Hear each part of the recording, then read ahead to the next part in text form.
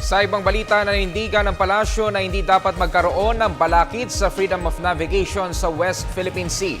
Hindi kaugnay ng posibilidad na magtayo rin ng China ng Air Identification Zone sa naturang pinag-aagawang teritoryo.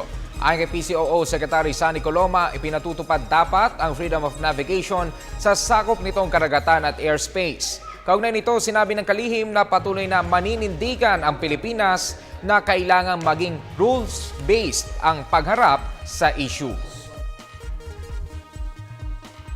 Patuloy yung ating panindigan na kinakailangan maging rules-based ang approach diyan at isaalang-alang ang kapakanan ng lahat ng mga bansa na mayroong na stakeholders diyan sa prosesong yan.